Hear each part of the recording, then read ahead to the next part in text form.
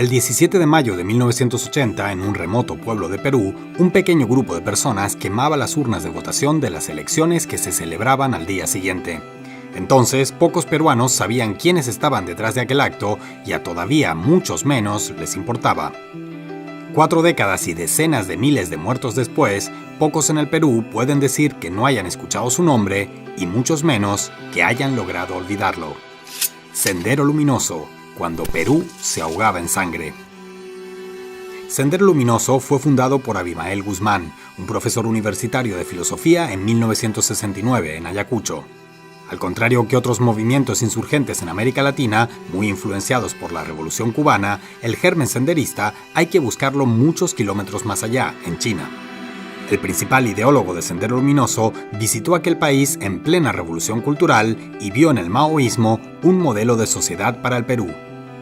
Durante su primera década de existencia, Sendero Luminoso realizó un intenso trabajo político en el campo y las universidades del sur peruano, ganando influencia en uno de los territorios más empobrecidos de un país ya de por sí empobrecido.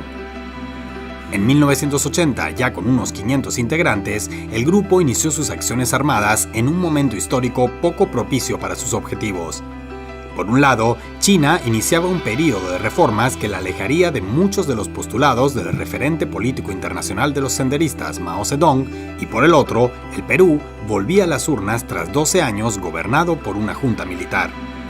Sin embargo, fue justo en ese contexto que Abimael Guzmán dio inicio a su plan de lanzar una guerra popular que desde el campo buscaría transformar el Perú en una especie de versión andina del maoísmo más ortodoxo.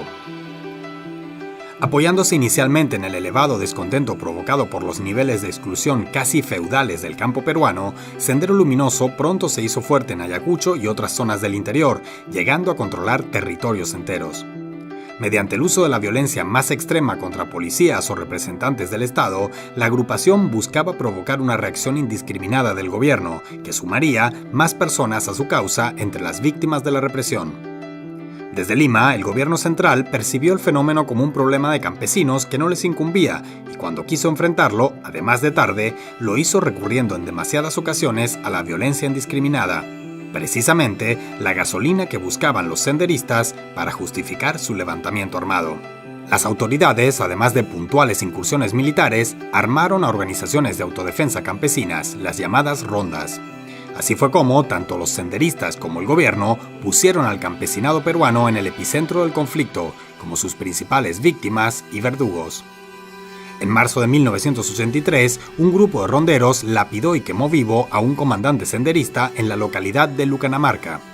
Pocas semanas después, como retaliación, Sendero Luminoso respondió masacrando a machetazos a casi 70 habitantes de esa localidad, incluyendo niños.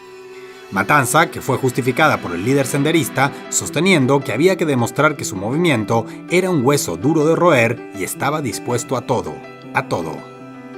Al año siguiente, las Fuerzas Armadas peruanas asesinaron sumariamente alrededor de 100 campesinos, entre ellos varios menores, en el poblado de Putis, acusándolos de simpatizar con los senderistas.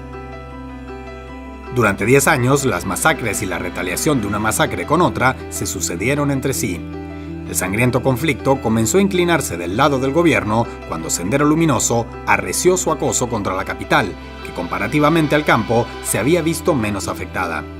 Los atentados indiscriminados de los senderistas, incluyendo el asesinato de la lideresa social limeña María Elena Moyano y la voladura de su cadáver frente a sus hijos, o el carro bomba en el acomodado distrito de Miraflores, terminaron por exasperar a la ciudadanía capitalina, que hasta entonces se había mostrado en gran parte indiferente a un conflicto que consideraba rural y ajeno. Sin renunciar a la violencia indiscriminada, como por ejemplo el secuestro y asesinato de estudiantes conocido como la masacre de la Cantuta, el gobierno de Alberto Fujimori mejoró la capacidad de inteligencia del Estado peruano y la captura de Abimael Guzmán en 1992 supuso el inicio del fin de Sendero Luminoso.